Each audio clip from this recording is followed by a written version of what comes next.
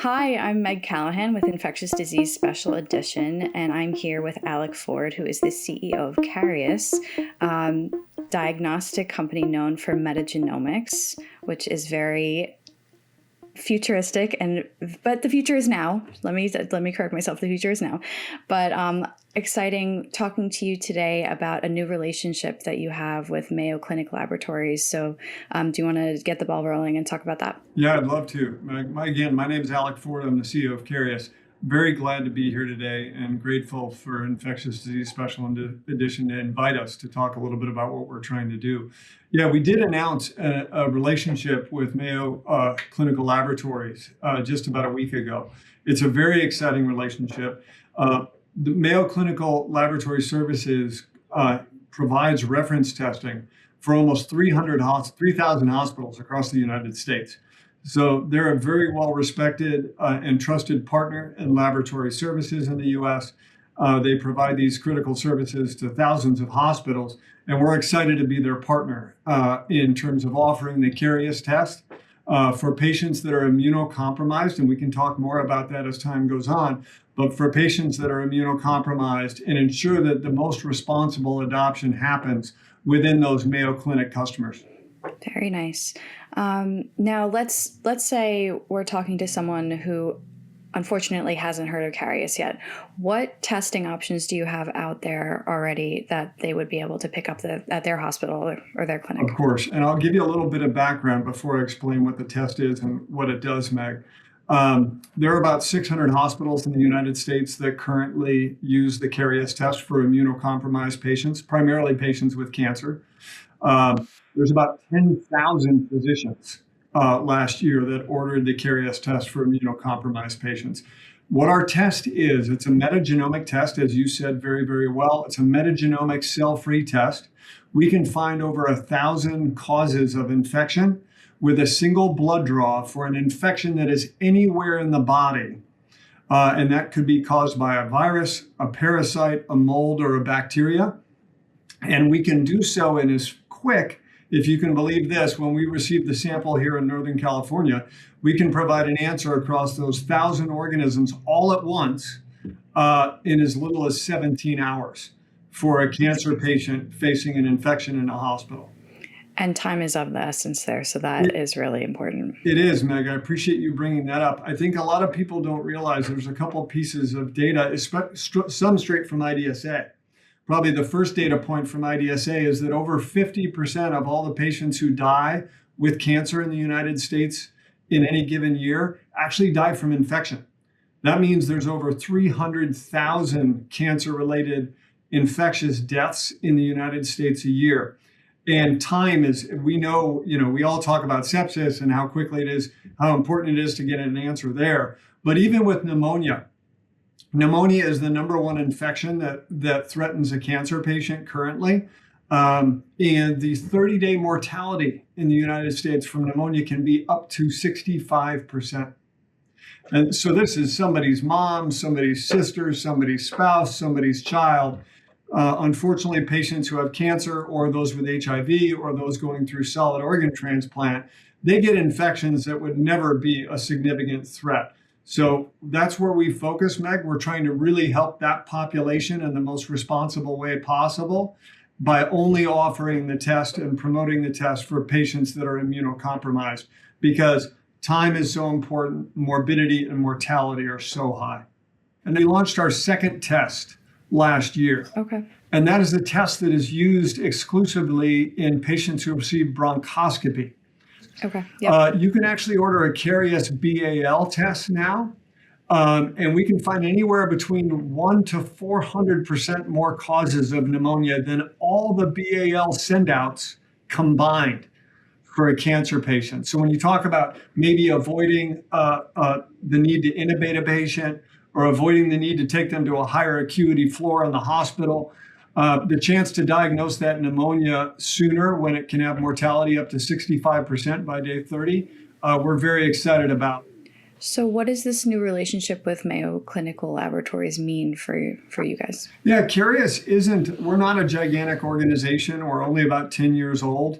As I said, we're in about 600 hospitals. The most important thing that this relationship with Mayo is going to help happen is ensure that cancer patients have access and ensure that infectious disease physicians who are in one of these hospitals has access to the Karius test and can use it for those patients who are immunocompromised.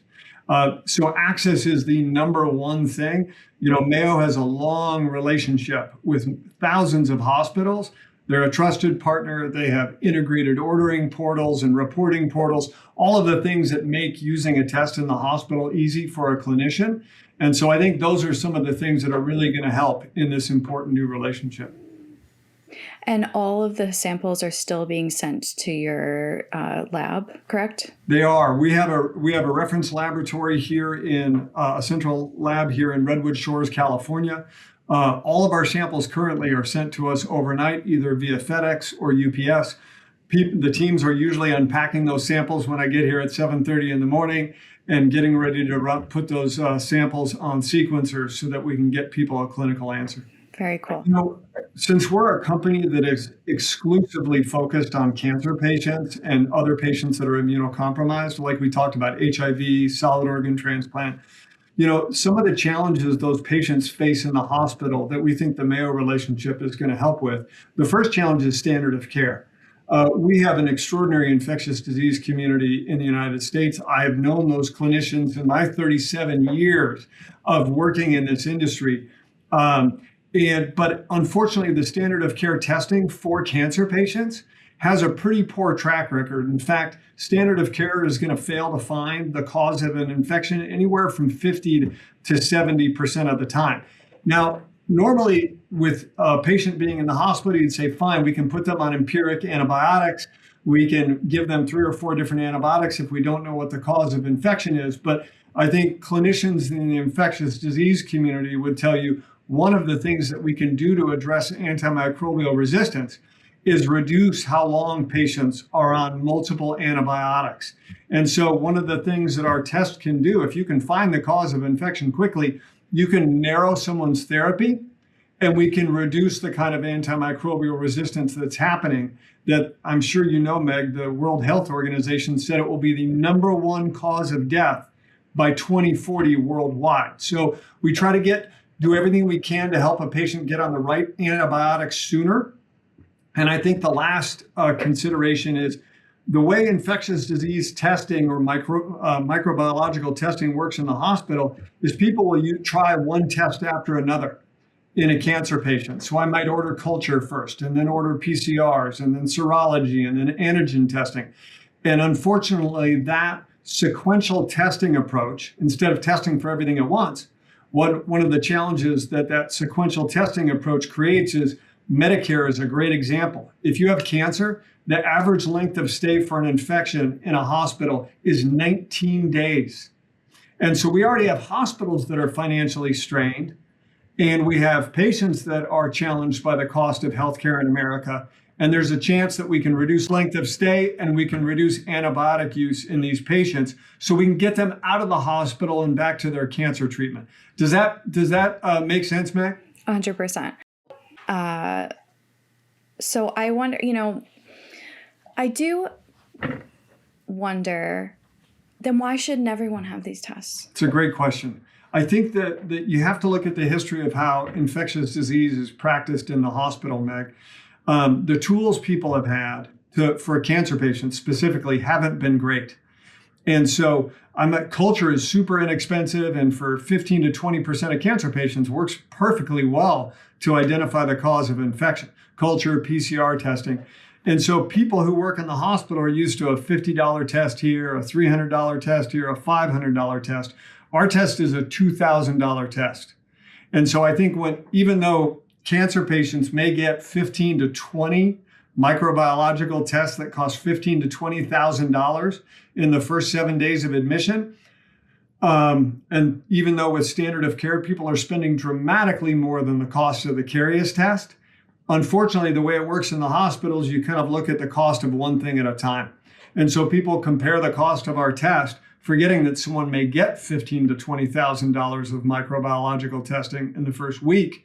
People look at our test and consider it expensive, when in actuality, it's a fifth to a seventh the cost of standard of care, Meg. So I think that is the thing. The other thing, Meg, is interesting. Genomics is still a new part of medicine, right? We've only had genomics in clinical practice for 30 years in America, started in prenatal testing and then moved into oncology.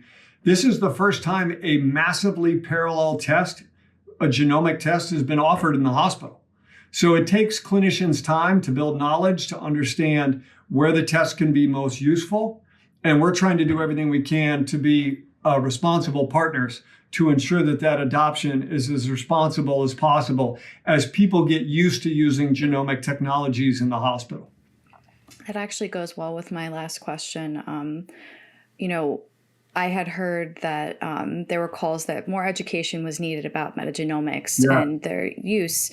Why do you think it's still underutilized? Well, it's interesting, Meg. We've had genomic testing for cancer available for 25 to 30 years.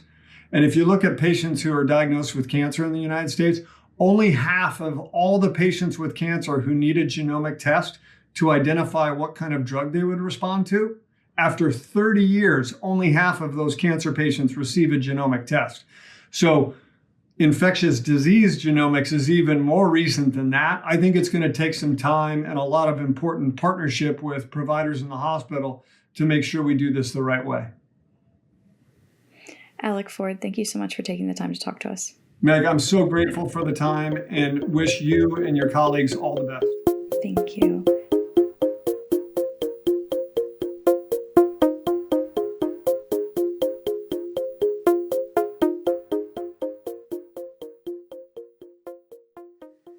Don't forget to like and subscribe so you can catch everything from Infectious Disease Special Edition.